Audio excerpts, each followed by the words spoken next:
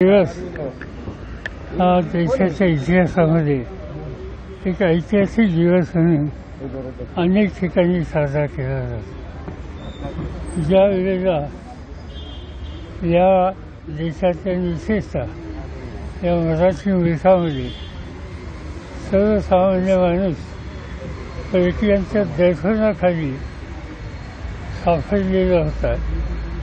स्वत्व आहे का नाही अशा प्रकारची स्थिती निर्माण झाली होती आणि या काळामध्ये त्यांच्यामध्ये सत्व जागे करून त्यांना पुन्हा उभं करण्याच्या संबंधीच्या ऐतिहासिक कामगिरी शिव छत्रपतींनी केली। त्या शिव छत्रपतींचं व्यक्तिमत्व कर्तृत्व ते योग्य दिशेला नेण्याच्यासाठी त्यांची जी उभारणी केली ती एका महान मातेने केली आणि ती महान माता म्हणजे राजमाता जिजाऊ। जीवनामध्ये कृती माणसं घडवली जातात ते कर्तृत्वान मातेच्या संस्कारामधून आणि याचं उत्कृष्ट उदाहरण शिवछत्रपती आणि राजमाता जिजाऊ त्यांना नमन करण्याच्यासाठी या ठिकाणी आलो।